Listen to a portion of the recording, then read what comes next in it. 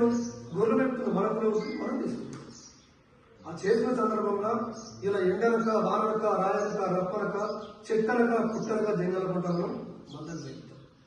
ఆ మేపే సందర్భంలో మనకు కూడా కింద మేత సరిగా లేకపోతే కొంత తొందరగా మన మేకలు కానీ గుళ్ళు కానీ కడుపు నింపుకోవాలంటే మన యాదవ్ సోదరుడు గుళ్ళ కాబట్టి ఏం చేస్తాడు? ఒక చెట్టు ఎక్కుతాడు, గుడ్డలు పట్టి ఆకులు కొట్టేసి కుమ్మలు కొట్టేసి కింద మేతేస్తాడు.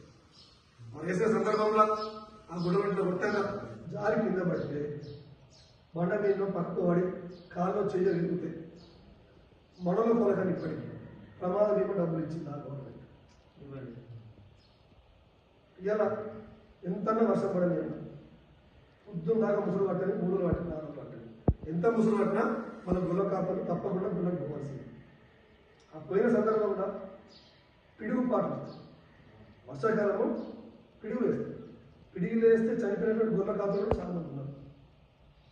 మరి పిడిగేసి గొల్ల కాపలు చనిపోతే ఏ ఒక్క గొల్ల కాపరి కన్నా 5 లక్షల ఎక్స్పీరియన్స్ ఇచ్చి మన యాదవ్ గొల్ల కాపరి కుటుంబాన్ని గవర్నమెంట్ ఆదుకుంటుందా? ఒకసారి ఆలోచన చేయాలి. ఎందుకు ఆదుకుంటలేదు?